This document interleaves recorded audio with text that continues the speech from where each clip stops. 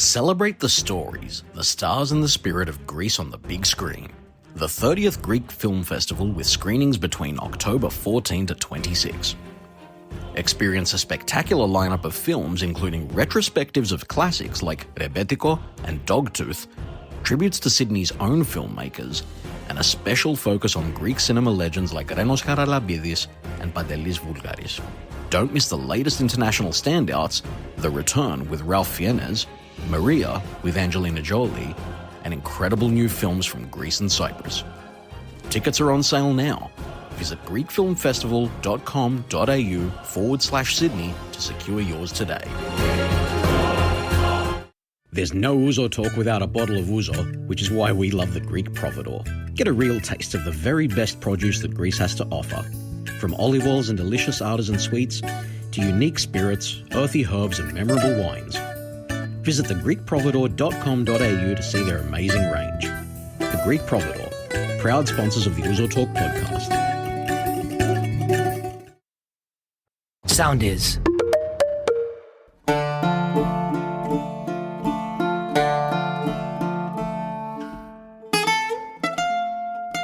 Welcome back to another episode of Ouzo Talk. Nick Athanasiou, welcome, mate. Another fantastic episode lined up.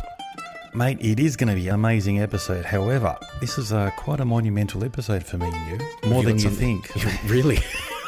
I could sense something was coming there. What is it? Well, this, would you believe, is our 100th recording. 100th recording? Yes. So we've had 5 Ouzo shots, 2 rewinds, 1 trailer, all included. This is our 100th recording episode. Okay, there you go. So raise the bat, mate. How good's that? Raise the bat. So it's not our 100th episode. That's a different thing, but 100th recording. Correct. Interesting. Very good. Do you think we've improved? I'd like to think we've improved a little bit since then. Oh, great. As long as we don't dive bomb. But look, there you go, mate. So 100th recording that me and you have done. Fantastic. Congratulations, mate. Yeah, congrats, mate. Fantastic. There's another thing as well I want to mention. You know how we get a lot of fan mail and we try and respond to most of them. There's one particular person that has been emailing us and we always say we'll get back to them, but we never do. So, Okay. But today we are.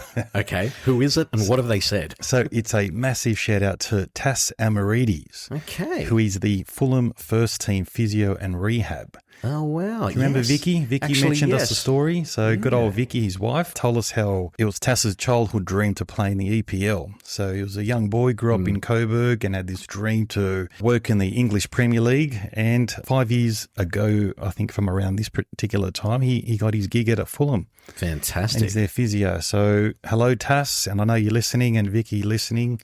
Congratulations, mate. It's good to hear that you've achieved your boyhood dream. Go Fulham, huh? That's right. Wonder if they've got any injuries lately. Yeah, well, we can blame it squarely on him, right? But no, he's repairing them. Yeah. But Tass, we've got a tip for you, mate. Give them rub a bit of tipper on their knees. And, That's it.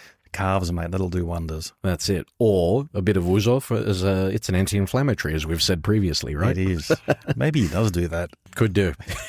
Good on you, Tass. Congratulations, mate. Well done. Fantastic. Okay, well, now this is a topic that we've touched on a couple of times now. So we've had other people come and talk to us. I think we've actually done 3 or 4 episodes or really focused on the Parthenon Marbles. Definitely. It was our 4th episode we ever did. So it was with Emmanuel John Comino. Yes. Then we had Roger Michael. Yes, from Digital Archaeology. That's the Institute. one. Yeah. Yep. And Stephen Fry's mentioned Victoria Hislop. All those episodes, they somehow, we always get back to the Marbles episode. All the heavy hitters have mentioned it, which is exactly why we've got another batch of heavy hitters right here to talk about it, because lots of things have happened in the background over the last couple of years. And there's lots of reporting happening. There's a lot of hearsay around. We want to go to the source. We want to go to people who are actually living and breathing this sort of stuff, which is, again, why we've got these gentlemen in the room today. So without any further ado, shall I? You shall, mate. Go for it. All right. So our first guest today is a long-standing advocate for the return of the Parthenon Marbles, who has both been involved in and led committees in support of the cause. Over the years, he's held some of the nation's most prominent leadership roles, including Chair and Managing Director of the Australian Broadcasting Corporation, President of the North Sydney Bears Rugby League Club, who are coming back in some form. Chair of Soccer Australia and Chair of Sydney Water, amongst a host of others. So joining us today is David Hill. Welcome, nice David. to be with you. Thank you for having us. And alongside him, one of his Parthenon Marbles colleagues with a distinguished legal background and credentials as an accredited mediator. He brings both expertise and diplomacy to every cause he champions. He's been an active leader in the Greek-Australian community for over 3 decades, serving as Secretary of the Australian Hellenic Council and as co-vice president of the Australian Parthenon Association. Beyond advocacy, his passion for heritage and conservation is evident in his writing as arts and culture editor for Greek City Times and as a freelance contributor to the Greek Herald and other international Greek language publications. Also joining us today is George Vardas. Welcome, George. Bravo, George. Thanks, guys. Great to be here. I think we forgot to mention he's an avid AEK Athens fan as well. He is. Is that right, Yes, George? yes, Zito Yaik. Love it. Fantastic. Shall we do the honours, Nick? We shall, my friend. Let's have a drink.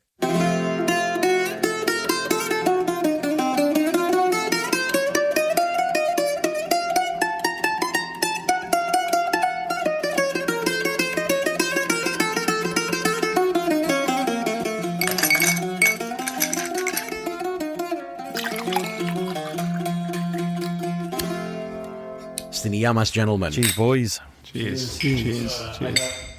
All right, Nick, tell us, what are we drinking today? Well, we left it up to David today to pick a selection. So we've got a Tikkudia here, we've got an Ouzo and the Libluna vodka. So we've got a mix. We have a mix. However, David's picked the Mytilini Ouzo, the Mino. Vimino, yes. Vimino. You can't go wrong with it, mate. If you're going to go Ouzo, it's got to come from Mytilini. It is. So thank you to the GreekProvidor.com.au, fantastic sponsors of the show. We love you, Crystal.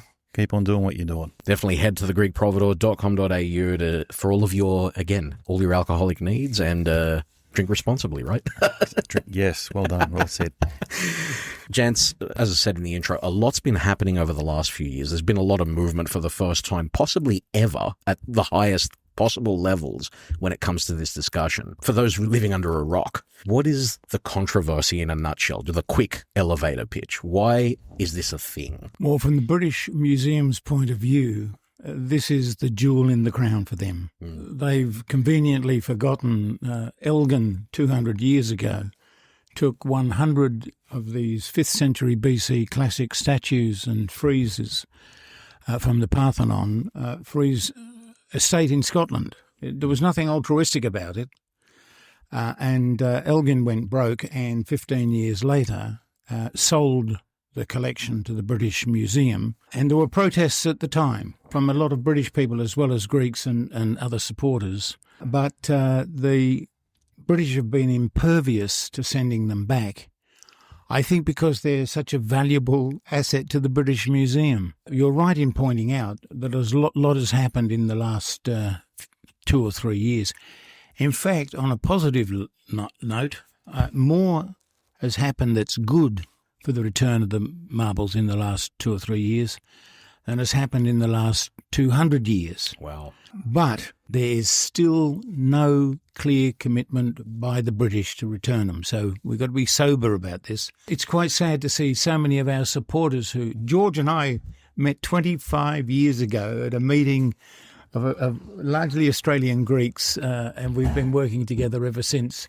And we'll keep going. Nothing will stop us. Fantastic. But we shouldn't get too carried away because despite all of the signs, the good signs of the last 2 or 3 years, the British have given signs but nothing concrete. So we're still waiting for the breakthrough. David's hit it on the nail.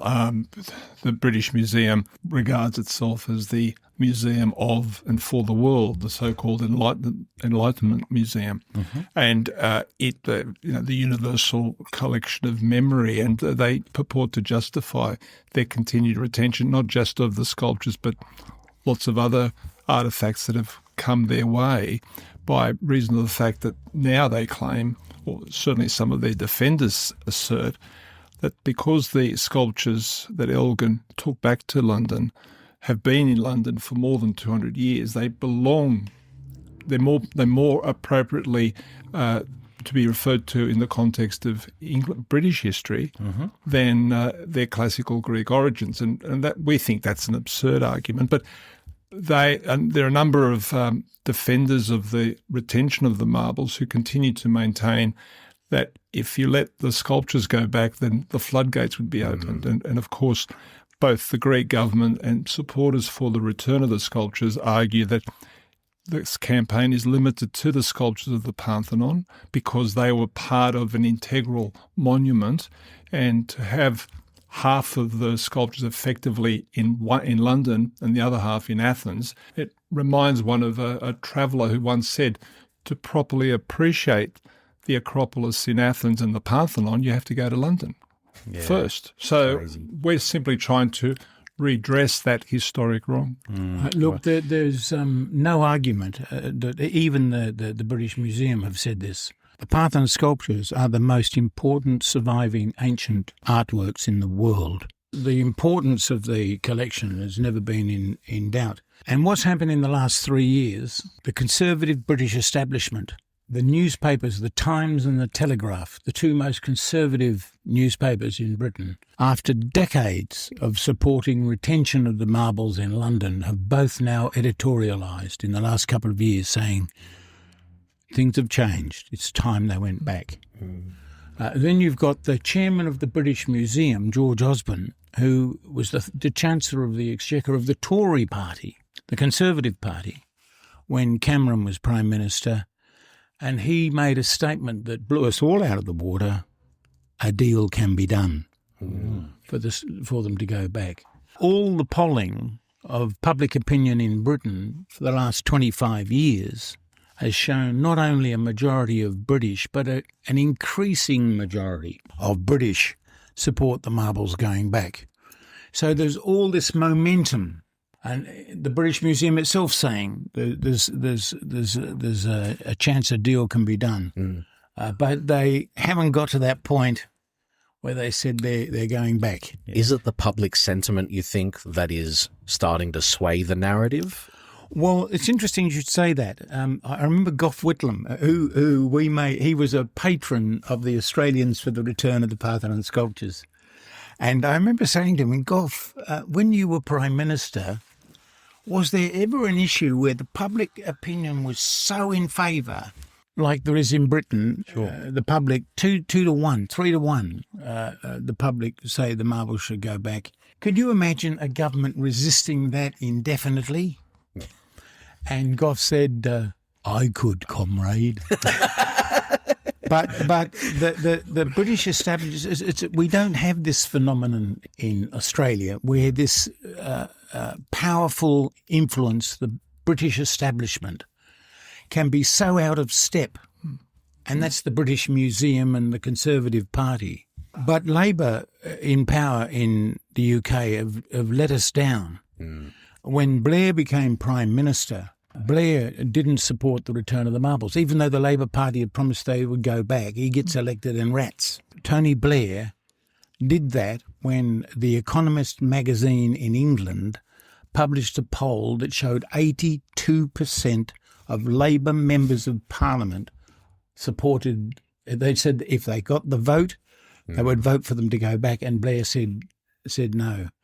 And Blair was sucking up to the British establishment. It was a great disappointment to us because the Tories, they'll never give them back. And here we have a Labor government in the UK. They're okay as far as they've gone, but they haven't gone far enough. The other significant change in recent years has been that you've now got a government, in particular a Prime Minister, who's made it a personal issue, and he's raised it directly with a number of British Prime Ministers, with his counterparts. Obviously, the most famous exception was Rishi Sunak, who bailed out of the interview because he was afraid that it would be raised. Contrast that to years gone by where, whilst it was always the elephant in the room in bilateral Anglo-Hellenic discussions, it was never mentioned. It was never in a readout from the media release, whether it was a foreign minister meeting his counterpart or a Greek prime minister meeting his counterpart. But suddenly Kyriakos Mitsotakis, up until now, has made it a personal issue and has, to his credit, gone up to his counterparts in Downing Street and raised the issue, and he's also delegated that to his now Foreign Minister, Yieripatritis. I think that's a hugely important factor George has raised. Mitsotakis speaks English better than most of the recent British Prime Ministers. So when he turns up in London, first of all, he goes to Washington and addresses the joint houses of the Senate and the House of Representatives in America. And of course, he was educated in the United States and worked as a banker in the UK. He's erudite and he's eloquent. And they can't dismiss him as some wog that can't speak English. Yep.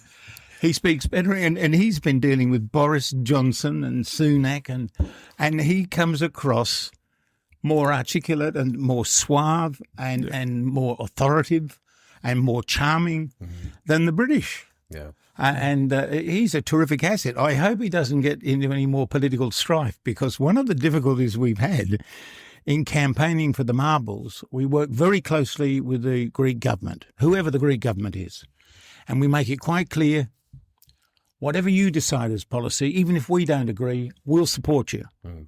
And so we're a very important ally, not just Australia, but the 18 countries that now have campaigning organisations like ours supporting whatever the Greek government decides as its strategy. But it's gone further with Mitsotakis than ever before, and that language thing is a factor.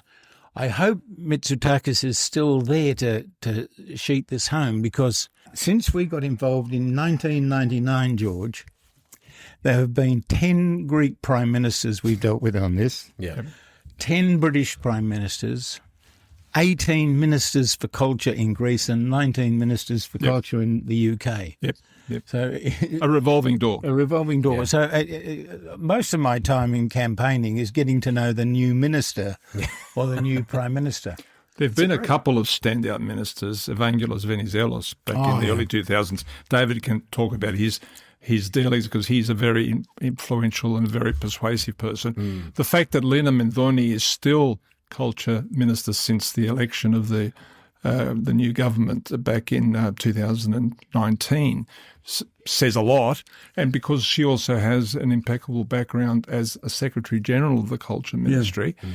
So it's good that she's still there. When we were dealing with Syriza, no kidding, in 4 years there were 4 different culture ministers. I'm no fan of Syriza's, but in fairness, that economic crisis. True.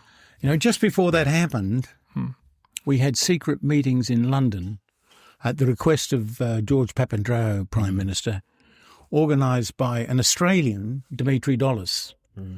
Dimitri Dollis is a Victorian, and he was a member of the Victorian State Parliament when he started working for Dollis as ambassador at large. And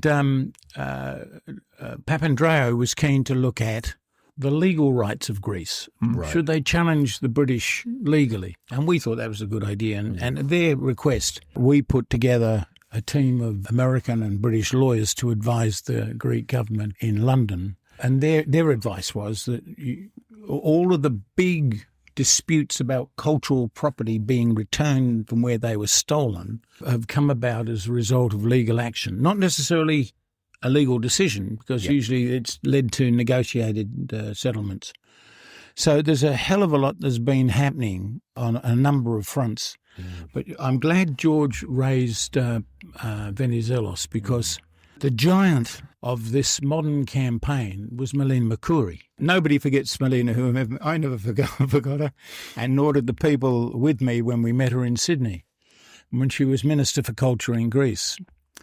But she was the one that articulated the importance of these sculptures to the Greek people and to Greek culture and to Greek heritage. And she was one of the most inspiring people I've ever met. Yeah. After she died, nothing happened for a few years.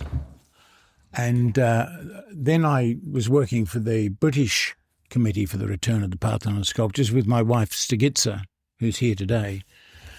And we went and lived in London, and I was the executive director of the British Committee.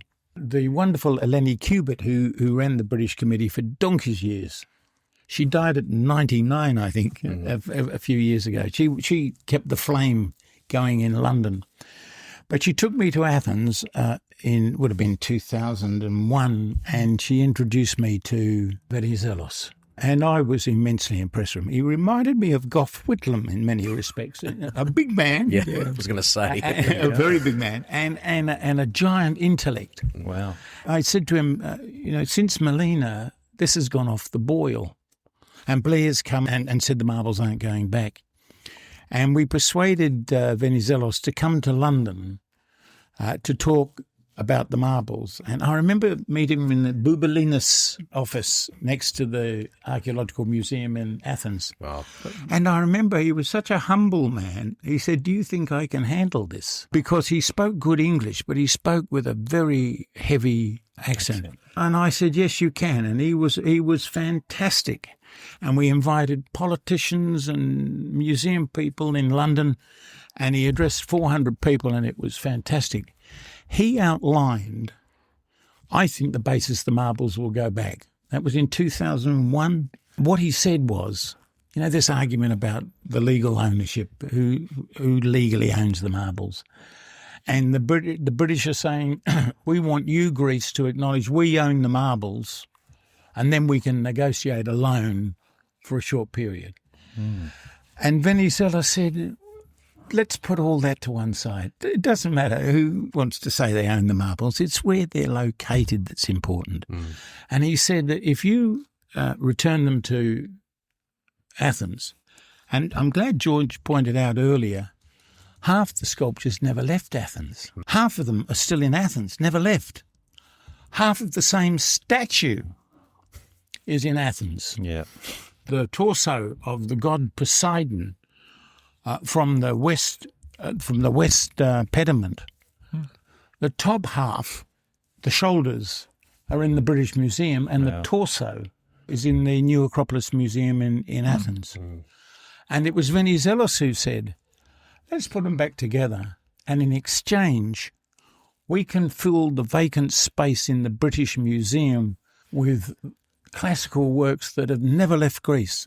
And we can rotate this. Yeah. And it's still the basis of a win-win solution that I think is going to result in the marbles going back. And I'm glad you mentioned Venizelos. That was 25 years ago. Yeah. And what he said then is, I think, equally applicable today.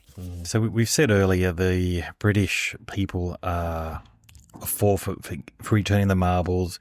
Got some politicians are saying they should go back. What do you think is the real reason why they don't want to return them? Because by the sounds of things, if they do, they'll be looked at in good light. They'll have other stuff they can put into the museum. So what do you think the main causes are? Or is there a top three? Is it a pride thing? Power, surely. It's also a conservative cultural establishment. Stephen Fry talks about Britain doing a classy thing. Yes. To return them and, to basically do the right thing.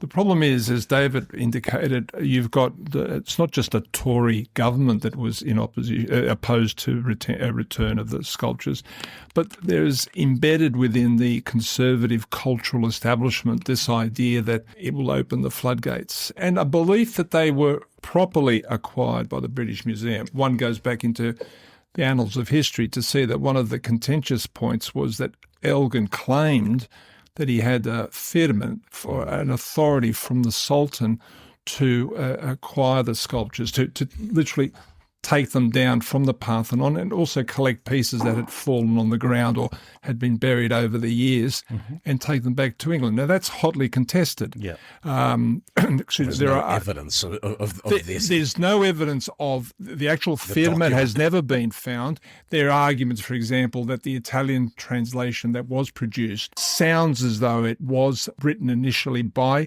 someone within the Ottoman authorities. But even then, there's a lot of doubt about that. So there's a very real legal question as to whether they had the authority. But even one looks at it today, by today's standards, they were in many respects spoils of war. Yes. You wouldn't think twice about returning spoils of war or items that were illicitly obtained. You've got judicial comment that items such as the Parthenon sculptures arguably are the keys to the ancient history of a country, in this case, obviously Greece.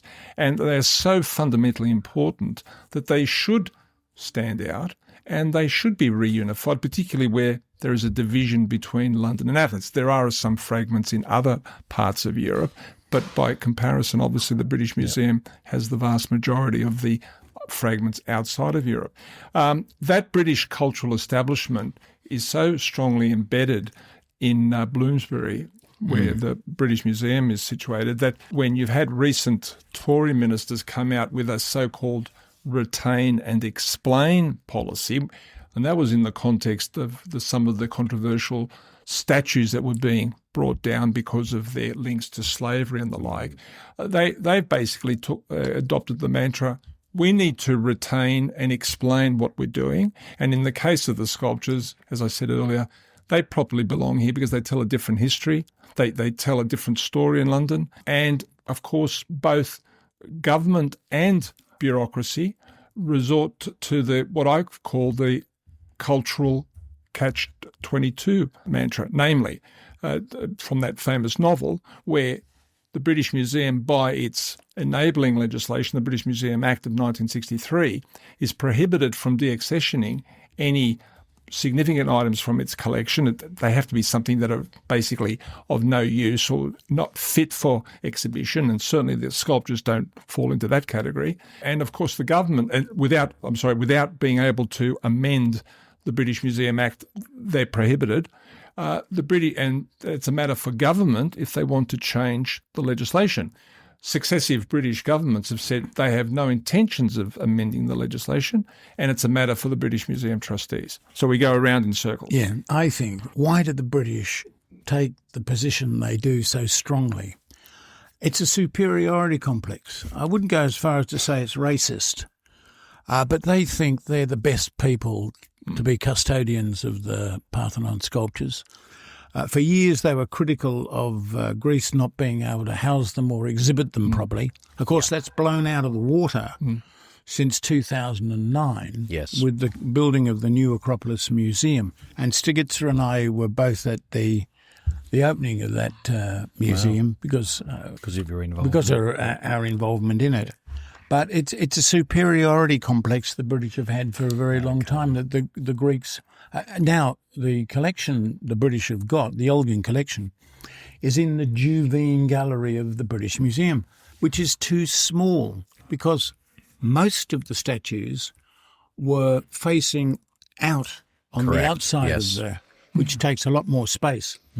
But because the Juvean Gallery is so small, they're facing in. The new Acropolis Museum, the top of the new Acropolis Museum has been built in exactly the same dimension as the Parthenon itself, to the millimetre. The half that the Greeks have still got are exhibited as they should be. And, of course, they've left plaster casts of the British stuff that's going to replace them when they're returned. Because we had Roger Michael on. He's the director of digital archaeology on the show. And he basically outlined the current marbles, the state they're in. They're missing limbs, missing heads, they're chipped, and they don't really tell much of a story. And he goes, but for the Greeks, it's like having your grandfather's broken watch. You know, it doesn't work, but it's sentimental value. And in return, Roger said we could give the British Museum the Pentelic marble and the exact shape and colours. They're terrific, aren't they? Yeah. Now, the technology is that they could, to the millimetre, produce them. You know the problem Roger's got? Yeah. It's fantastic. And we're delighted that he's part of the campaign. An exuberant American. Yeah. He's terrific. He's fantastic. When I discussed this with Greek government officials, they said, well, the risk you run with his argument, if they're so good, if these replicas that he's producing now, and you know, he could go in with his phone because the British Museum wouldn't let them go and measure the detailed dimensions of the sculptures in the British Museum. He just did it with his phone. Yeah. Go back and listen to that episode because they chip out the replicas, and the replicas are so accurate. There are a lot of people in the Greek government who say to me, if we push that argument too much, the British are going to say, you take the replicas. We just got to be careful how far we push that argument. But Roger's point is that it's the educative value, which is one of the imperatives of the British Museum. It's there to help scholars, viewers to understand it. And if you've got the sculptures in their initial state, pinnacle of their perfection as sculptures, that would be serving the better purpose for the British Museum. But yes, David's right. He's very enthusiastic. I think he's close to the government in terms of seeing what's happening, because, of course, that's one of the questions that remains to be answered. How are negotiations proceeding? But if I could just go back, one point I would add, part of the problem, David alluded to the Parthenon, the New Acropolis Museum.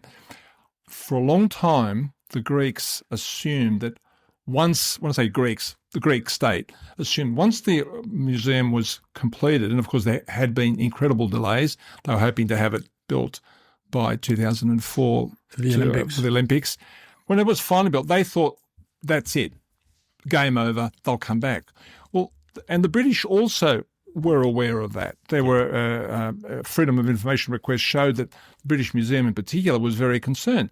But the British Museum and its trustees, and particularly its directors, Neil McGregor being the most prominent of those, didn't just stand still. They wanted to reinvent the museum, as I stated at the beginning of this podcast, as the museum of the world. They came out with statements saying that they were universal museums. So they were spinning themselves as a repository of the collective memory of mankind. And of course, 2009 comes and goes, and we're now 16 years later, and we still get met with those types of arguments. But at least we have a museum that is regarded as one of the best in the world. Well, that was the argument, wasn't it? The Brits will say, well, yeah, we'll give them to you, but you got nowhere to house them. So the Greeks built this amazing whiz-bang museum. And you've got another factor. You've got another big factor here that William St. Clair, an English historian, wrote about in his book Elgin and the Marbles in 1999. While the British were pointing the finger at the Greeks not being able to take care of these statues, William St. Clair was able to point out in his book that in the 1930s, the British Museum, using bleach and steel wool, tried to make the darkened marbles look lighter in colour and defaced, damaged, irreparably damaged some of the sculptures in the British Museum collection. So if you take the West Frieze, which is never left Athens, it's still closer to its original state because it was that end of the western end of the Parthenon after the explosion 300 years ago, that remained intact. And you could climb up the spiral staircase as my son and my wife and I did.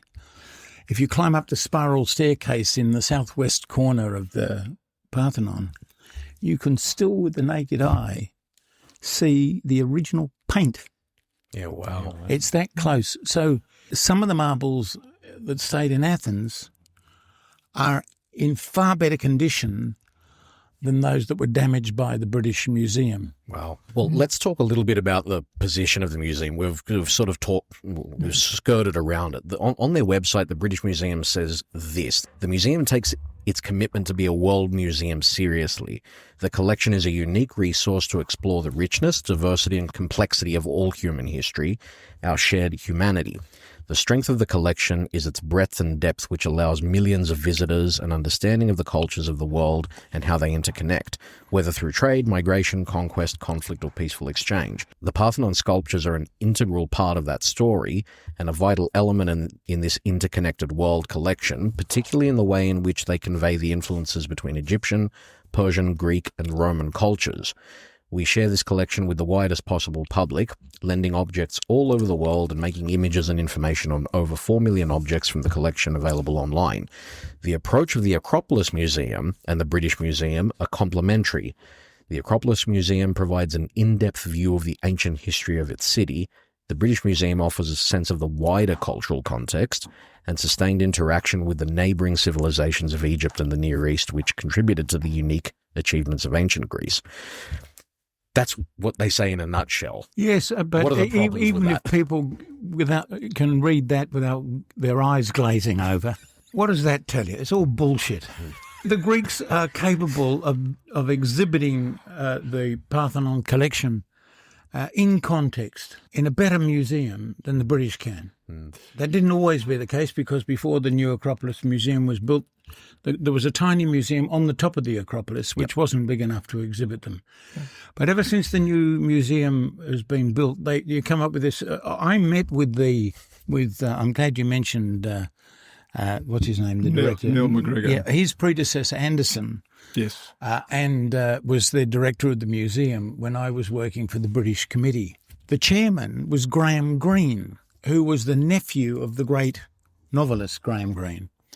And so I got a meeting. I was surprised they agreed to meet me because I was the executive director of the British Committee, and they came out with all that stuff.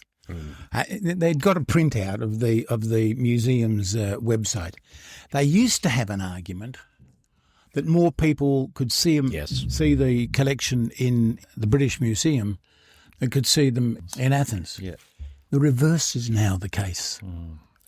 Because the new Acropolis Museum, and they'd say 6 million people can see them in the British Museum. About 1/6 of the visitors to the British Museum go into the Duveen Gallery. Yeah. It's one of the most popular galleries in the British Museum, but only 1/6 of the visitors to the British Museum see the Parthenon sculptures. Interesting. There are now 2 million people a year visiting the Acropolis and the Acropolis Museum. Melina Mercouri's husband was the film director Jules Dassin. Yeah. And Jules, after Melina died, he devoted his life to the Melina Mercouri Foundation and said, if there's only one thing I want to be remembered for, it was in the memory of Melina getting the marbles back. He went to London in the year 2000 with a Greek delegation to give evidence to a House of Commons inquiry.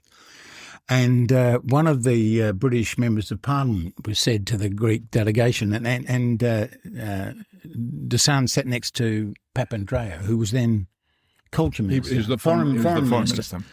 George Papandreou, and some Tory on this House of Commons committee said, more people can see them in England than can see them in Athens. And Jules Dassin said, then send them to China. Wow. Which is a good point. But going back to that, about the rationale that they now read on the British Museum website, that also found its expression in Neil McGregor's book, The History of the World in 100 Objects, which was a self-serving book of 100 objects in the British Museum. And you had one of the metopes from the Parthenon, I think it was number 28, and the argument was, well, this is your opportunity to compare with cultures around the world. But realistically, you just don't go into the British Museum and consciously go and compare. You will focus on different aspects. And of course, as David indicated, in the British, the difference with the Acropolis Museum is that you can walk from the Acropolis Museum after having viewed the sculptures to the Parthenon, or vice versa. When you've done the tour of the Parthenon, return to the Acropolis Museum to properly understand the context in which those sculptures were created and adorned the Parthenon. We talked about Roger Michael and the Institute for Digital Archaeology. The British Museum likes to say that it has a really collegial relationship with academics and universities and all that sort of thing, for the purpose of things like what we just said, or what you just said there, George, on comparing and contrasting and studying and whatnot. The question at the end of the day is, in light of that stance, why wasn't Roger and his team allowed to go in and measure? If that's the whole reason why they exist and that's why they're doing this, why not let them do it? Well, technically, the British Museum are very incompetent. I mean, they've just put everybody offside. Why would you do that when the technology exists? Roger doesn't need to have access. He can go in with his phone and do it. And that's just the arrogance that has gone with possession. You know, the old expression that possession is 9/10 of the law, and the British have relied on that. I'm one of the people, incidentally, that thought that challenging the British legally was a good idea. I always saw the article. In fact, that's a terrific episode. Samaras was the Prime Minister. I'm talking about 2013. I know he's out of favour with everybody now, but Samaras invited me to talk to him about the marbles, the going back, and I said to him, well, a lot of these disputes involving the repatriation of valuable, important, ancient artworks has usually resulted from litigation being at least the catalyst for the change. And he said, can you recommend some international lawyers to come and advise the Greek government? Well, I knew of two who were really at the top of the world. One was an Englishman, Professor Norman Palmer, who was a mate of my wife's, Stigitzer and mine, who was the Dean of the Faculty of Art and Law at London University and the world authority on this, the law and art. And so I was going to suggest Norman Palmer. The other one was Geoffrey Robertson, an Australian lawyer who's an expert in international law. And we're looking at what international law could apply to the marbles. And so I said to Samaras, well, I can get some lawyers. And when he first asked me to do this, it was at the opening of the new Acropolis Museum when he was the culture minister. But Karaman Lissi's prime minister told him to back off. And so we had to wait 4 years before Samaras became prime minister. And he hadn't forgotten. So he said, you haven't forgotten we were going to do this 4 years ago. I wonder why he discouraged him, though. That's a big and interesting question. Yeah. We see litigation as a civilised process. Australia, Americans, the British, that if people can't agree on a matter, then you'll subject it to the independent scrutiny of an independent judicial process. Let's test it. Let's test it. No harm done, no hard feelings. Sure. The Greeks are among those who don't feel comfortable about litigation per se. They see it as a provocative act, almost a declaration of war. Yeah. Even lawyers, people who are well versed in international law in Greece, and this has been a major issue. So anyway, Samaras said, recommend some lawyers. Yeah. So I go to London and I meet up with Geoffrey Robertson, who I know very well. We were at university together, and a lot of other connections. And Norman Palmer, my wife and I, and Norman and his wife were very close friends. So I've got these two really high-powered lawyers, and I said to Robertson, we really need more. And I was going through his chambers list of barristers, and I came across, and I was Googling his colleagues to see if anybody looked good in international law, and I came across this name, Amal Alamuddin. So I Googled it, and up pop all these sexy photographs of Amal in bikinis hugging George Clooney. That's a way to sell the cause, right? So I said to Robertson, they were getting married in 3 months from then, just about the time that we were going to take the lawyers to Athens. So I said to Geoffrey, is she good value? And he said, she's terrific value. I said, do you think you can persuade her to come to Athens? So I go, and he said, yeah, of course I can. I said, well, I better check with Samaras first. So I flew to Athens and I meet up with Samaras, who incidentally said when he was questioned about this, he said, I'm not risk averse. I like taking risks. And in all this stuff that I was doing, he never had any advisors, just him and me. Wow. And he was so sure of his position.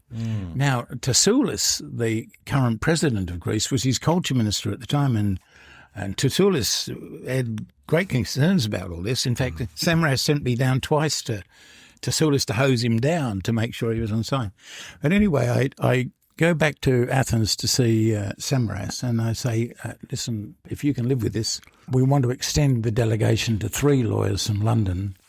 There's Amal Alamuddin. His eyes lit up, and being a politician, and he said, can you bring George too? No, George couldn't make it, but I think I agree with George Vardas, who said on other occasions. Stay with us. We'll be right back. Celebrate the stories, the stars and the spirit of Greece on the big screen. The 30th Greek Film Festival with screenings between October 14 to 26. Experience a spectacular lineup of films including retrospectives of classics like Rebetiko and Dogtooth, tributes to Sydney's own filmmakers, and a special focus on Greek cinema legends like Renos Charalambidis and Pantelis Voulgaris.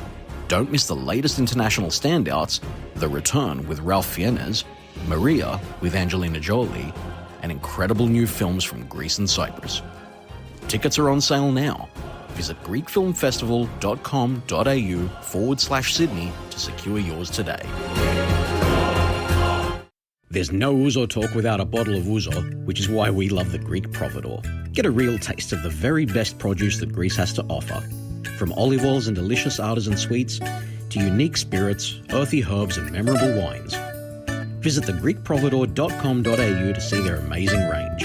The Greek Providor, proud sponsors of the Ouzo Talk podcast.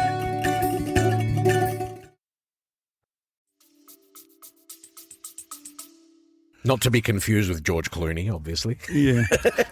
Don't think there's a risk of that. Yeah. So the Greek version. That's right. But that was a game changer globally. Yeah. Because I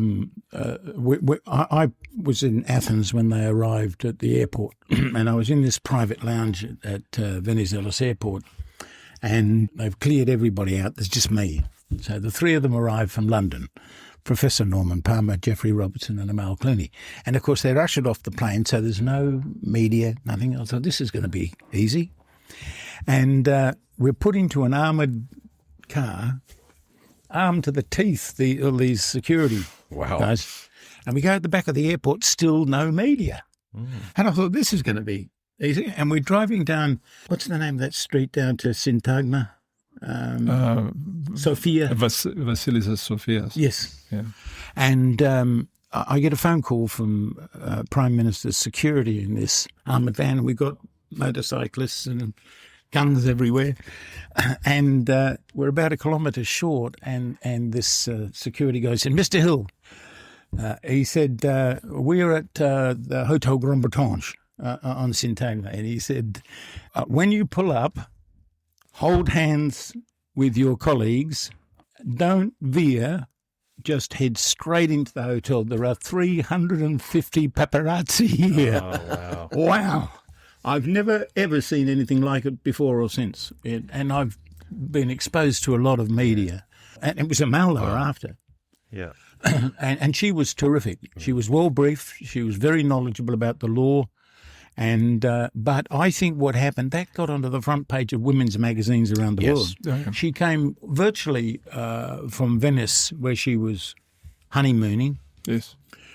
to pack her bags in London and then fly to Athens. So she was flavour of the month globally. So far as publicity stunts go. And she attracted a lot of sympathy for the Greek claim. Yes. Yeah. Wow. I think that was a very big turning point. But of course, the lawyers gave their advice and said you should litigate.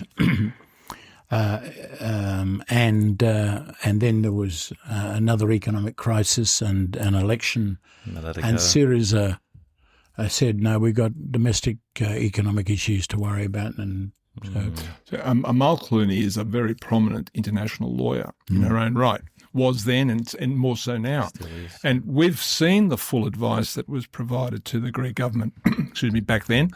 And there were 3 chapters, one by Robertson, one by the late Professor Norman Palmer, but there's also a very good chapter by Amal Clooney who goes back through the whole history of the marbles being taken, the claims made by the Greeks over the years, and looking at the various legal options. So it's a very comprehensive advice. And as David indicated, you had a change of government. Unfortunately, there is also something to be said about this idea that if a Conservative government had decided on something, the new its opposition, when it becomes government, immediately abandons it. And I recall when I was in Athens in 2016, just after change of government, the first culture minister I met effectively said he doesn't even know what the advice was. And that was unfortunate because the advice, one of the most important aspects of the advice, when people hear litigation, as David explained, we believe it's a civil way of trying to resolve issues. But yes, there are concerns that if you go to court and you lose, there's a precedent set and you're forever barred from pursuing your remedies. Yes. In this case, one of the salient features of this advice, which has become even more relevant in light of recent events in the international sphere, is using the International Court of Justice, seeking an advisory opinion through United Nations or UNESCO. Now, as that advice details, that's something that the Greeks have been very good at. Both UNESCO, the Greek state has been very prominent in the Intergovernmental Committee in making continuous recommendations for the return of cultural property that's in dispute.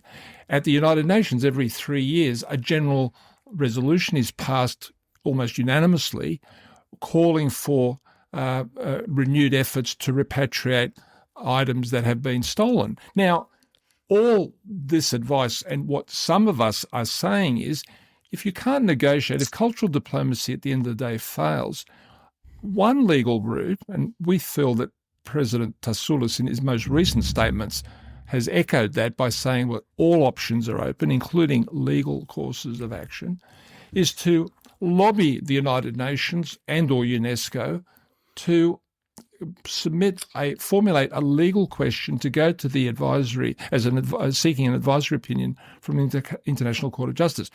The advantage of that is that it's an advisory opinion. It's not binding, but it's very persuasive. And if, as we feel, there would be a positive outcome, that would put a lot more pressure on governments such as the British government from continuing to oppose, or when I say continue to oppose, not continually arguing that they properly belong in the British Museum. And the other advantage of taking the advisory opinion approach is that other countries, including Australia, can make submissions either in support or in opposition to the request for the advisory opinion. So that's an example of where litigation in its most benign form could yield a positive outcome. And as you said earlier, Mal Clooney certainly put the sculptures on the map. And Geoffrey Robertson has since amplified that. He published a book recently, Who Owns History, a copy of which I happen to have, which I will donate to Ouzo Talk. But that book encapsulates, because it deals with other items, significant items of such as the Benin bronzes and others, but in the context of the Parthenon sculptures, it encapsulates that advice. And to this day, you've had other examples of the International Court being asked to provide an advisory opinion, and it certainly can set the tone. So we think, and I think at the moment the Greeks are lucky that they have in the Prime Minister and the Minister for Culture, Mitsotakis and Lena Mendoni, the Culture Minister, the best coupling of Prime Minister and Culture Minister. And there's been some terrific people, we mentioned Venizelos. I thought Papandreou was terrific. I mean, we've been well served by Greek leadership in this, but that combination at the moment, it's a good space to be in. Okay. So it's October 2025 now. You said we've got a really good team in Mitsotakis and the Cultural Minister. Where are we at now? We don't know. We caught up with Lena Mendoni on Saturday night, but she was here with the Archdiocese, and we've been here before, and we never got the chance to spend any time with her. She went back today. Last week, Tassoulas, the president, met with representatives of the International Association, which we founded. I was the chairman of the International Association for the global 18 countries for 12 years. Wow. The inaugural chairman from 2005 to 2016. We were trying to get an account, and Tassoulas met with the international associations in Athens last week, and we all had a Zoom meeting. So Tassoulas put out a statement which was very interesting, because he says, we'll keep fighting on this. Well, there's nothing unusual about that from a Greek minister or president or prime minister. But he went on to say, we reserve the right to pursue legal action. Right. Yeah. Now, since Syriza abandoned it, the Greeks have been they've gone back to cultural diplomacy, which hasn't been very fruitful.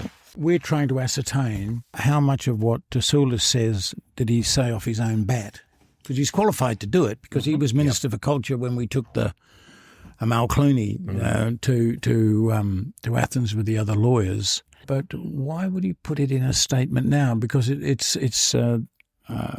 hasn't been mooted by the Greek government. This is really interesting because, I mean, at the end of the day, over the last couple of years, there seems to have been a warming of attitudes from the UK side. Yes. To say, okay, look, a deal can be done. It's coming down to the wording of how So we everybody, do this. including us, have said, you've made such progress with this cultural diplomacy, we're not pushing the legal option. Yeah. And then he throws that in. Yes. Does this mean that despite all the undeniable progress, the Greeks are feeling frustrated that it hasn't gone any further than it has? Was Tassoulas venting his own view, or was he giving the British a nudge in the ribs? Like a little poke. Listen. The background is, in terms of the negotiations, you've also had a significant new player in the form of a Greek-Canadian industrialist, John Leffis, who's started the Parthenon project, who's brought people such as Stephen Fry together. Interestingly, one of the former culture ministers in the British government, Lord Ed Vaizey, who, as culture secretary back in 2015, penned a letter to UNESCO rejecting UNESCO's request for mediation of the issue of the sculptures. He now basically puts his hands up, mea culpa. He was under the influence of the British Museum. He's actually said that. So Leffis has brought all these people together and is lobbying extensively, trying to educate politicians in England, parliamentarians in England, that there is the possibility of a win-win available here. And we know that Mitsotakis has raised it at both prime ministerial level, and his former foreign minister, Nikos Dendias, and his current foreign minister, Yorgos Yerapetritis, have both taken that matter up with George Osborne.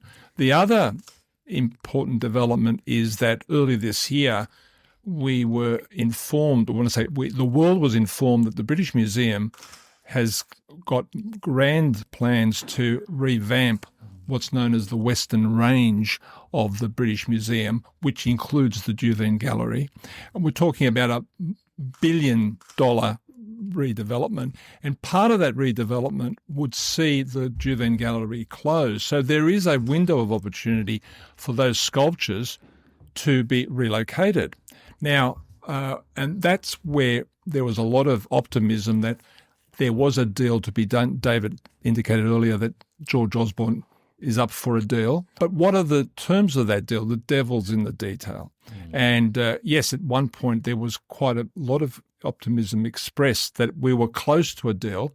But then even with the new Labor government, and we know that Starmer is not going to stand in the way, or at least he said he doesn't intend to change the legislation of the British Museum, but it's a matter for the museum trustees. However, his former culture secretary, or undersecretary, because Lisa Nandy is the actual culture minister, but the undersecretary of culture who's responsible for museums, a guy called Chris Bryant, went on a parliamentary debate with Andrew George, who's one of our colleagues in London, who's a Lib Dem member of Parliament, a very conscientious advocate for the return very of the valuable advocate. Yes. And basically said, well, it'll only be a short-term loan and there are problems with getting approvals and things of that nature, which doesn't ring true with what we've been hearing about the negotiations between Athens and the British Museum. George, what's your guess? What's holding it up? I think, for what it's worth, the Greeks can settle for nothing less than the collection being returned permanently.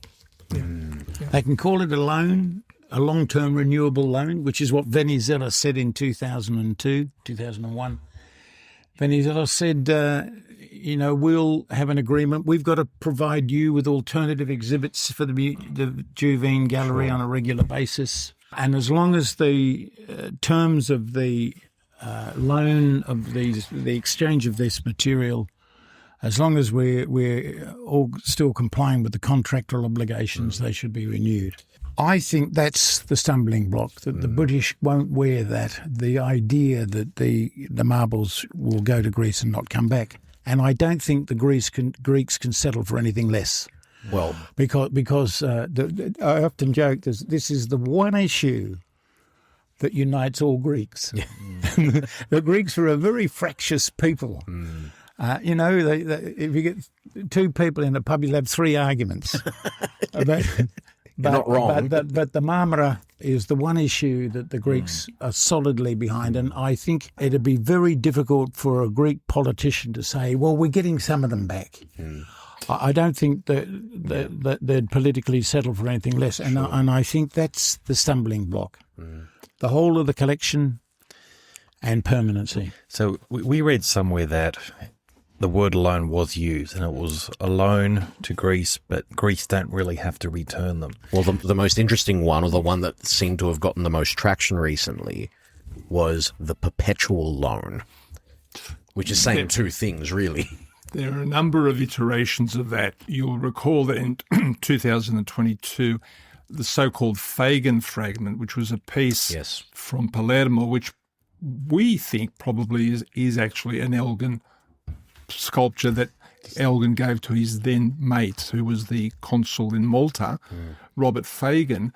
That was returned on deposit. The word deposit was used, and now it's become permanent. Of course, the late Pope Francis basically gifted the three fragments that were in the Vatican to the Greek Archbishop. And of course, you've got which went to the British Museum. My mate, I'm the director of an archaeological study in the northeast Peloponnese, with Professor Reinhard Stuperik from Heidelberg University, and they were the first. The Heidelberg Archaeological Museum, Heidelberg University Archaeological Museum, were the first to return the foot of Aphrodite from the East Frieze. So it's been happening. It's been happening. The terminology is it's something that lawyers may think, it's just a couple of words, but David is correct. There's a lot of opposition in Greece, and let's face it, politicians being politicians, those opposed to the New Democracy Party, rightly or wrongly, would criticise a government if it agreed to a return of some of the sculptures if the word loan was used.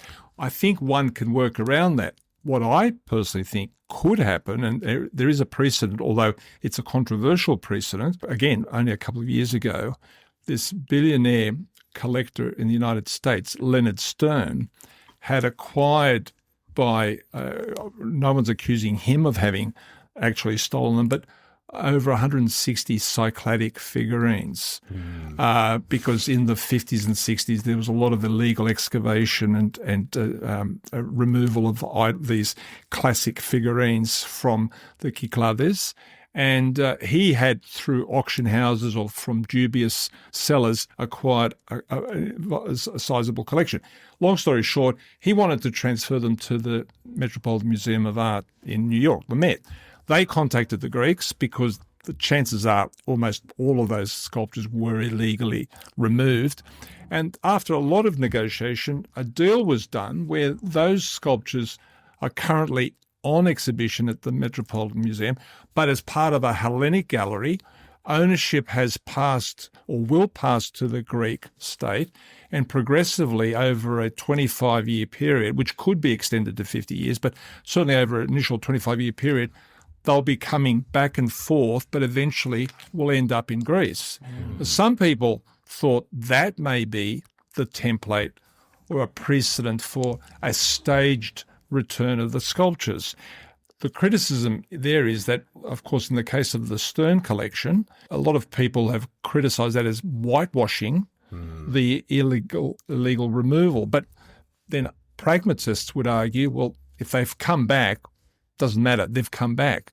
The same with the sculptures in the Julian Gallery. And when you talk about trying to come to some negotiated compromise or mediation, and we've heard the win-win, there's also another expression, it's saving face. Both parties have to try to save face.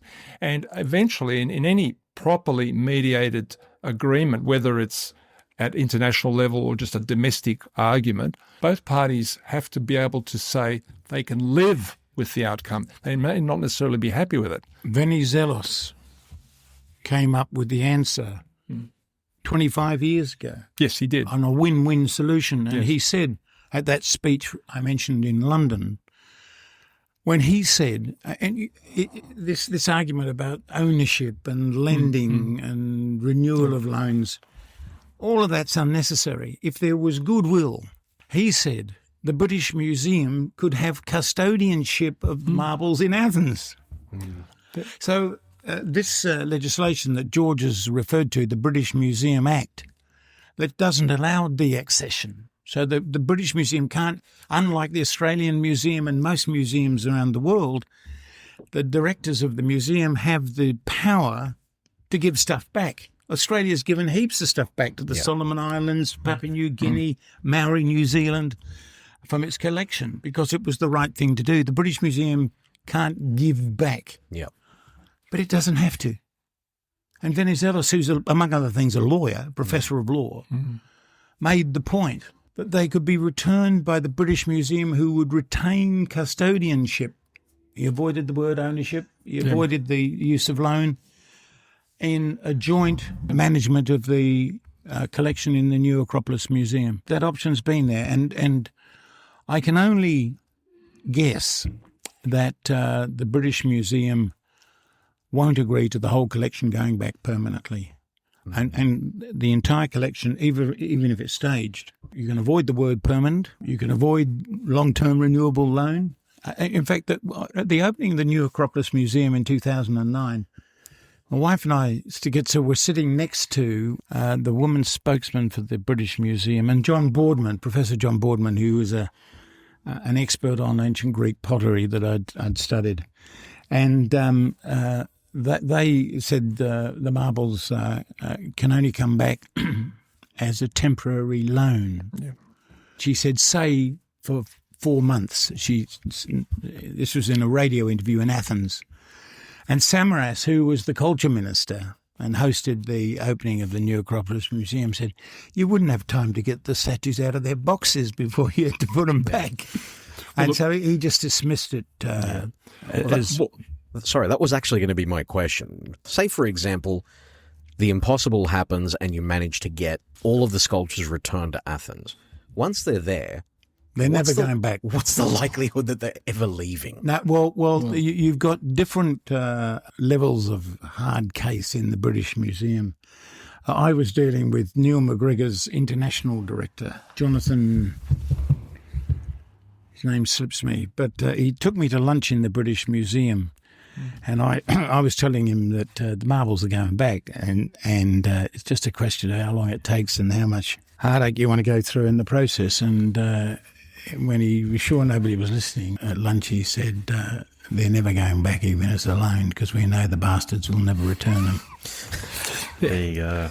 I'm sure if that was to be a sticking point, the governments, the British government and the British Museum would insist on some agreement that would reflect that, and then they could enforce that in an international court.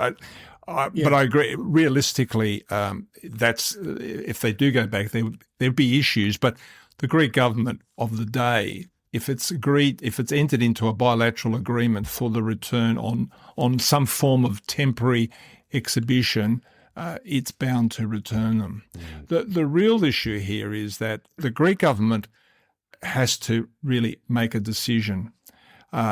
You can have this constant toing and froing between Prime Minister and British Museum chair. A point will be reached, as I said earlier, where the British Museum will proceed with the substantial renovation of the Juvean Gallery. They have form in sending stuff away. In retaliation to Amal Clooney's celebrated appearance in Athens back in 2014, McGregor dispatched the river god of Ilissos to Moscow, to St. Petersburg, to the Hermitage for a couple of months to basically say to the Greeks, up yours.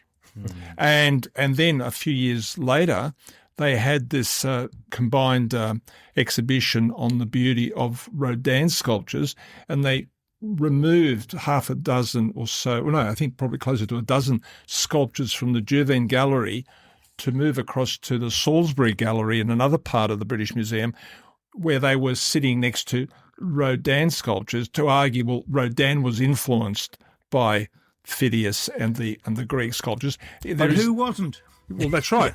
But they. I mean, that's the value of But they can move, and they've often said, just as we sent a piece to the Hermitage, and just as we've removed pieces to the Salisbury Gallery. So I happened to be in London at that time when they had moved some of the pieces out, and so some of the plinths were empty, and they don't care. They think doesn't matter because we can do whatever we like. But see, this raises the question again, and I fully concede that this may be us as Greeks being biased, but is something like a Parthenon sculpture or one of the friezes, can that be put on an equal pegging with other items? Is it the same thing? These things are of national significance to Greece. They are of city significance to Athens because, as Stephen Fry said, it's all about Athens. Are we comparing apples with apples when we're talking about Parthenon marbles versus other items? No. Ian Jenkins, who was the curator for the Greek exhibits in the British Museum for many years, and wrote a terrific book on the frieze. As you know, there's the frieze, the metopes, and the pediment statues.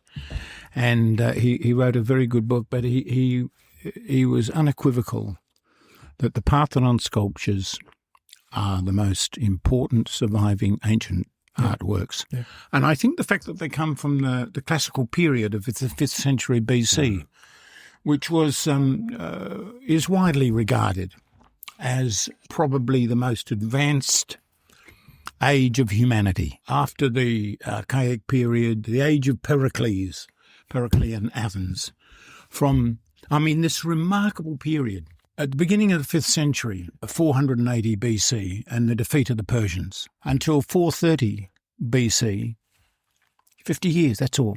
And that was the high point of the classical age of ancient Greece, when everything happened. The cradle of Western civilization, art, architecture, science, mathematics, theatre, democracy, and the great leadership that the Greeks provided, and the style of art, the classical style, which is the cornerstone of all Western art since. Absolutely. Yeah. And I think if it had been the archaic period, fascinating though archaic style is, the later Hellenistic style, but this was the golden age of classical Greece in that 50-year period. Yep. I forgot to throw in medicine as well as science and that sort. Sure. And it was an incredible period, and this is the most tangible representation of the height of human achievement, and that's what makes them so important. It's probably a good time to mention, because we didn't mention in that earlier in the episode, that we just did an episode with Professor Paul Cartledge from Cambridge, and we're speaking specifically talking about Pericles, right? Yeah. Speaking specifically about Pericles because he has a book coming out. Yeah. So, I mean, you can't underestimate how important that period was, and this is the living embodiment. That building is the living embodiment of that period, isn't it? And the statues. It's the largest Greek temple ever built. It's the most decorated, sculpturally decorated by far. In fact, it was only built shortly after an equivalently large 8 columns by 17, the Temple of Zeus at Olympia. But in every respect, they went one step ahead of what was achieved in Olympia. One-upmanship. One-upmanship, to make sure it was... and you know, just the architecture. You know, when I talk to people about the Parthenon, it's called intasis. If you stand in the northeast corner, at about chest height, the steps, you can see that the ground slopes up. There's no straight lines. Yeah. No. It's all curved. Yeah. And if you look to the south, it arches in the middle, and the columns, instead of being thick at the bottom and narrowing to the top, they're like cigars. Yeah. And they put deliberately, after designing the measurements, they added this curvature. So there's no straight lines; they're all curved, just to make it more pleasing to the eye. And to make it look And grander. now we've never achieved that in modern architecture. It's perfection. Who would think of that today? To do that. Famous architects such as Le Corbusier were just so overwhelmed by what they saw. Sigmund Freud dreamed of the Acropolis, and when he went there, couldn't believe that it was there because he was just overwhelmed. And that's so many architects. The now classical period of architecture influenced by the Parthenon. Even the current president of the United States has issued a directive wanting all future federal buildings to be in now classical style. Right? Oh, yes, that's another story. We can deal with that another time. No. Amongst other things. A good subject with that. But just on the point, one point that came up earlier about why the British are like this, one thing that has occurred to me is that, because Ian Jenkins, and I had the good fortune to meet him when he came to Bendigo, of all places, where they had an exhibition with the copy of the Discobolus, the famous sculpture of the athlete in the process of throwing the discus. And I confronted him at the end in a very nice way, introduced myself, and he said, "I'll never go back." And that reminds me that in the early days, I think many British historians and trustees thought that the British, are the natural inheritors of the democratic ethos of classical Athens, and they properly belong there. Well, let's play devil's advocate for a moment. Let's try and be kind. Have there been any advantages to those sculptures being there? Because we've heard one argument recently from someone who was saying it's probably the best guerrilla promotion of Greece that we have, to some degree. Do you agree with that in any sense? Has there been anything positive that's come out of it? No, I think that the British had an argument. Their one argument was, before the new Acropolis Museum, the Juvene Gallery was the better of the cities to exhibit the collection. The Elgin collection, but that disappeared with the building of the new Acropolis Museum. And I think that there was irreparable damage done to the British argument of superiority in the revelations in William Sinclair's book, Elgin and the Marbles, in 1998, when he catalogued the damage that was done by Juvene's agents in 1938, which altered the surface of. They scraped the surfaces. I mean, they irreparably damaged them. I must tell you a bit of an anecdote because it involves Paul Cartledge. Okay. Stiglitzer and I went to the launch of his book on Sparta. This would have been 25 years ago when we were working with the British Committee. Great book, by the way. Yeah. And we went to Cambridge, and William Sinclair was with us, and for the launch of Cartledge's book.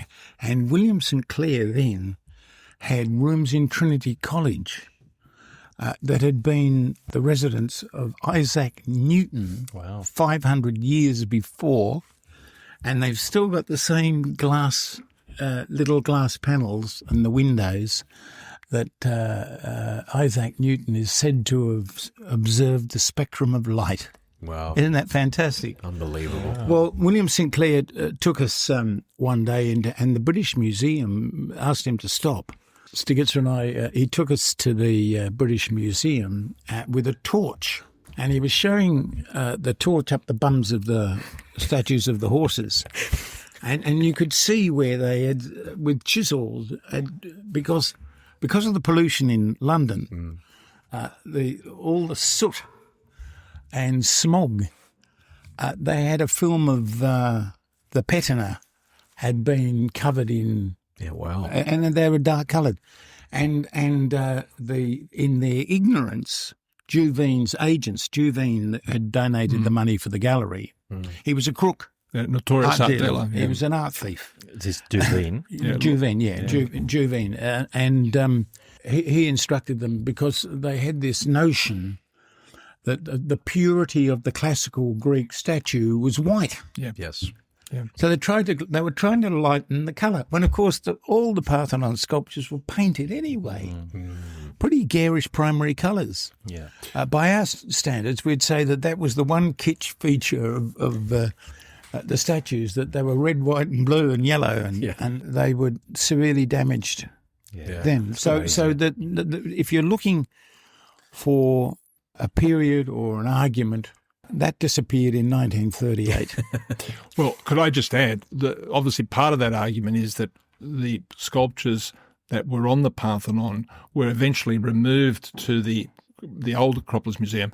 And, of course, there was arguments that some of them were damaged by pollution in Athens. But they've been properly restored because the Greeks have perfected laser techniques to ensure that they were preserved and they are in very fine condition. The correlative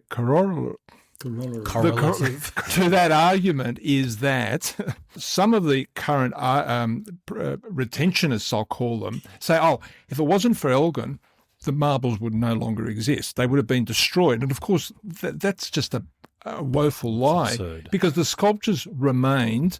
They're in the Acropolis Museum, and they weren't subjected to Juvene's tactics, and so therefore they need to be reunited. And the only thing that the British could say was, well, certainly Greece in its early stages after the War of Independence was not in a position to recover the sculptures straight away, but as David said, after 200 years, that argument really has. Yeah, but what David said just before, that's fascinating. I've never thought about it that way, in the sense that you have the sculptures removed from Athens and taken to what is effectively the birth of the Industrial Revolution, with all the chimney stacks and all that sort of thing. Surely by the time, they used the argument about Athens, the pollution and the acid rain and all that sort of thing. It was worse in London. It was worse in London during that period. That's right. And you're saying there was a genuine layer of soot and patina on this. Yes. Yeah. I mean, I've never heard that, Grace. But in 1938, when they damaged them with the chisels and the steel wool, they didn't have the technology that George has mentioned that the Greeks have been able to use. I've actually seen them on the Acropolis with this laser cleaning, where they can take away the patina, the skin of the marble, which has got the pollution, the dark grey pollution of Athens' atmosphere, of motor car exhausts and everything else, and not damage the paint.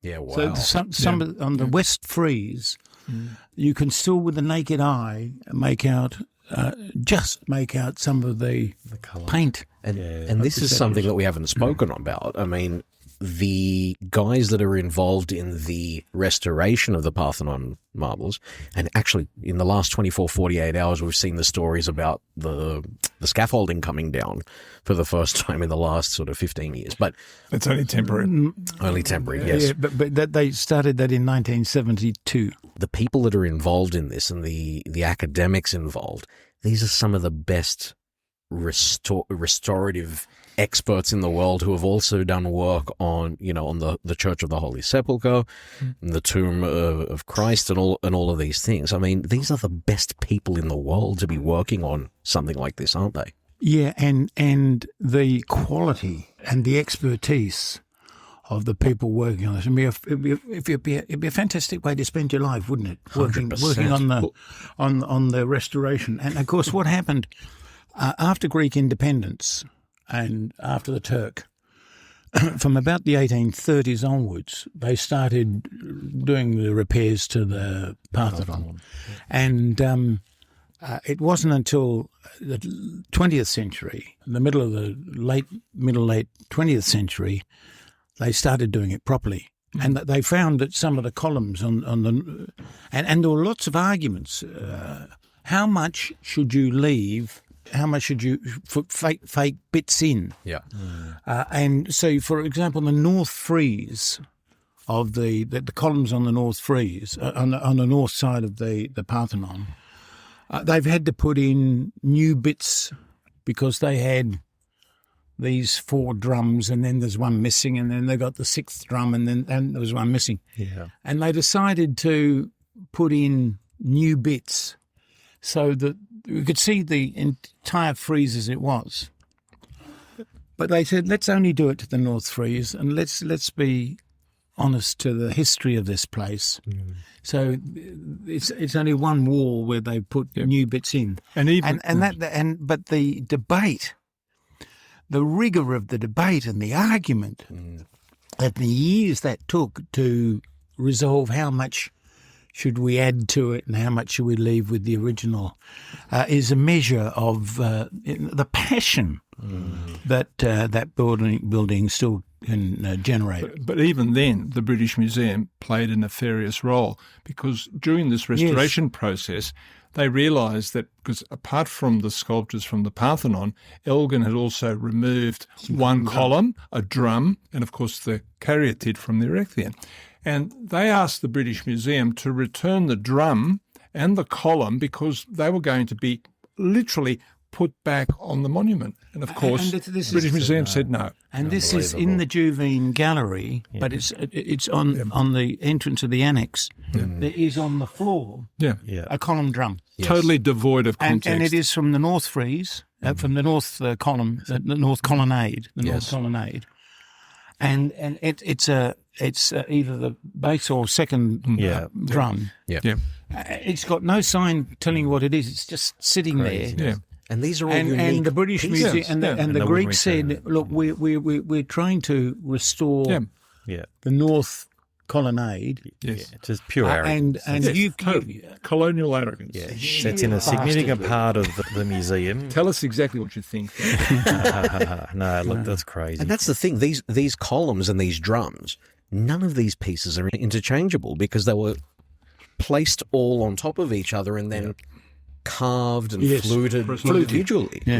Look, listening to both of you gentlemen and talk about the dialogue, that how we're getting close, it feels like we're getting close, but we're still so far. Yeah. Do you think... That's a good way of describing it, I think. Yeah. Do you think we should just bring on Miss Clooney to come and sort this out and go legal on these guys? From the recent photos that I've seen of her, definitely. In 2009, the owner of EasyJet, Stelios Ioannou Hadjiou, sponsored a debate at Cambridge, and they asked me to go and debate at Cambridge, and I debated, and we won the debate, and Stelios got really excited, and he wanted to broker a deal, and based much on the Venizelos model. At the end of my debate, and you can tell by the audience, we won before we started, because there are a lot of Greek students at Cambridge. But I said at the end, if all else fails, we're going to implement the Australian Plan B. Definitely. We're going to go and take them. That's right. In the middle of the night. Love it. Stealth. So you'll be in that, won't you? 100%. Sure. Front and centre. We've got some damn good lawyers who could help us if we got caught. I tell you what, if we got caught, I'd be okay with it at this point. You know, it's all for a good cause at the end of the day. You know, there have been novels written about people knocking off the marbles. You know, Well, Billy Kotsis wrote one, the Aegean Sevens. Yes, he did. There's a plug for you. Well, There you go. fantastic. I'm glad George mentioned the caryatid. Yeah. Oh, No, yes. there's only one caryatid in the British Museum, and the Five Sisters Yes. are in Athens, and it just and She's and pretty the British lonely. the British are saying, well, we're only talking about the Parthenon sculptures. It's from the Erechtheion. Yeah. It's another building. Yeah. which looks directly over the Parthenon, across from the Parthenon, is Acropolis. arguably more sacred than the Parthenon. And yes, and that is a bone of contention, because there are some people on the Greek side who want to say, well, we're only asking for the sculptures that physically adorn the Parthenon. We don't include the caryatid because that would be shown that we're just chasing everything. Well, we respectfully disagree with that argument. She is so emblematic of the campaign. When you arrive at Athens airport, you're greeted by a digital screen that asks you to press a vote for the return of the Parthenon sculptures. And a couple of the images are the caryatid itself. So we say she's by herself, totally devoid of context in the British Museum. In the Acropolis Museum, they've re-established the podium where her sisters are there. There was a recent viral video that went on social media that showed her escaping from the British Museum and returning to Athens. Perhaps a bit crude, but the fact is, she is the missing sister, and it means nothing in the British Museum, but it would tell a big story if she's reunited with her sisters in Athens. But that's an argument for another day, because obviously the main aim of the game is to get the sculptures back. Because again, I mean, in terms of moving forward, if there was genuine goodwill on both sides, and I think from the Greek side there is. I have to say I'm a bit hesitant the way the British side seems to be oscillating. You could easily start with some comfort measures if we're talking about a mediation process. As you heard earlier, you've got a foot of a sculpture in the British Museum, just in basically a little cabinet as you enter the Juven Gallery. The rest of that sculpture is in the Acropolis Museum. You've got half of Poseidon's torso in London, the other half in Athens. They could start by agreeing to return those items and then eventually seeing how that plays out. Definitely. And David mentioned some of those barrels that we could use as well to finish off some of the buildings. But look, I guess let's finish off with you, David. What's your recommendation moving forward? So we know where we're at. George and I and Stigitzer have been talking. We were driving the International Committee until a few years ago, but the International Association is not as potent as it was. So I think we're going to be looking at. We did everything through them, but I think we're going to act more unilaterally now. So we've got to decide what can we do. And I think Lena Mendoni has been talking to us about this. 20 years ago, we signed up as patrons of our association, the Australians for the Return of the Parthenon Sculptures, Gough Whitlam and Malcolm Fraser. You know, they couldn't agree on the time of day, but they were the patrons of our organisation, and they were both very active. And we signed up 4 former premiers of states, Jeff Kennett, Bob Carr, and so on. And I think we'll go back and see how much muscle Australia can flex on this. Sure. Do you think Greece will go back to a legal representative? That's my question. Well, Because at what point is that I had hoped to see Lena Mendoni with George today or yesterday, but it was odds on that she wouldn't be able to make it because her itinerary was. She was only here 4 days, and it was largely shaped by the archdiocese. And you know, people get very territorial when they get hold of those things. But I still think I'm going to write to Mitsotakis, and I'll write to Tassoulas, and I'll write to Lena Mendoni, and just find out what is the status of that statement from Tassoulas. Because our guess is he did it at the behest of the government. Right. Rather than a rogue act. No. He's the president, and he would be liaising with Mitsotakis. And it would be, I guess, it would be the as you know, the office of the president of Greece. Is very similar to our governor general. So it sounds like they've exhausted all diplomacy methods. There's still a bit to go in diplomacy. You can't write it off, but cultural diplomacy can also be played out, as I indicated before, through going back to the United Nations General Assembly, where Greece is very adept at getting support for motherhood resolutions on the return of cultural property. Only last week, Lena Mendoni was at a Mondia Cult, sounds sinister, but it was a UNESCO Cultural Forum for Culture Ministers in Barcelona. And she had centre stage talking about cultural rights and also, importantly, raised the issue of the sculptures. It's not a difficult task to take that diplomatic initiative, the next step, and encourage and lobby your fellow states to come up with a suitable legal question to refer to the International Court of Justice. They're not going to deal with it straight away. We're talking about a process that could take 2 or 3 years. Yeah. But at least you've got the steps in place to have a determination, non-binding as it is, of the rights of countries that have had significant historical items that are integral to their identity, to their heritage, to their history, repatriated. And you could get an outpouring of submissions from countries who would support the Greek initiative, and then you could see, okay, let's see how we proceed once that advisory opinion is granted. However, there's reticence, there's a division of opinion in Greece, and there has been all along about litigation. There are lots of people who see it as unsuitable and are opposed to it. We're not as reticent. And at the end of the day, we'll fall into line with what the Greek government wants to do. So again, just to sort of summarise though, the Greek government has, in some direct way, in many respects, left the door ajar, or actually opened the door at this point with that statement to say, this is now a possibility. Is that the way you read it, as in going to court over it? Back on the table. The expression that was used by the president in a media release issued by his office after he met the International Association, and I quote the English translation, talking about Greece declares that it will continue to use the opportunities provided by dialogue and cultural diplomacy with faith, perseverance and patience to achieve the ultimate aim. And then he adds, at the same time, it does not renounce its right to pursue its claim through legal means, whenever and if deemed appropriate or necessary. Now, some people have said, that's just legal jargon for, we reserve our rights. No, it's not.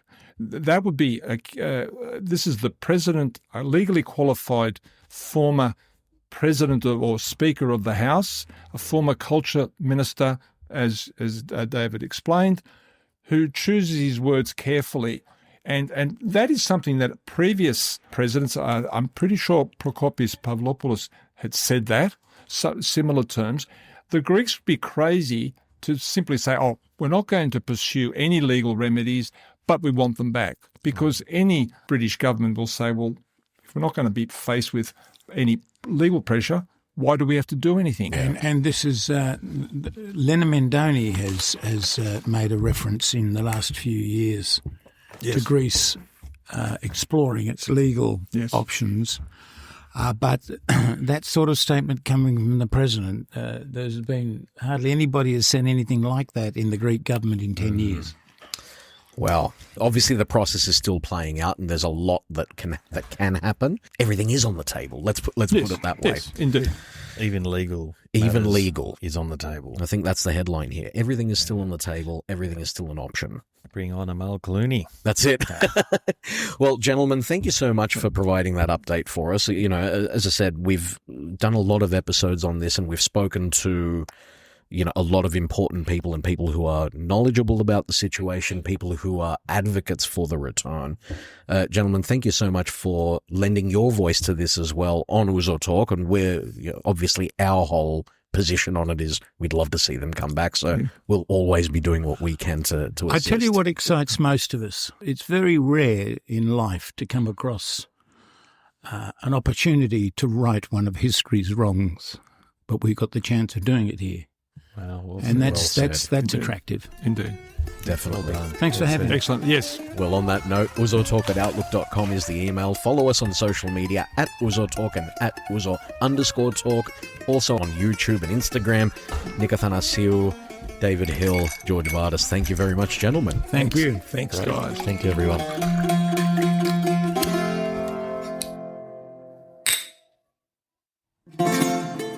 Ouzo Talk is produced, written and presented by Tom Skolarikis and Nika Thanasiou. Our theme music is written and played by Peter Apostolidis, with additional music from George Kalapidis and Bouzouki legend Thanasis Polykadriotis. Ακολουθήστε μας στο Soundees, στο Spotify, στο Apple Podcasts και στο Google Podcasts.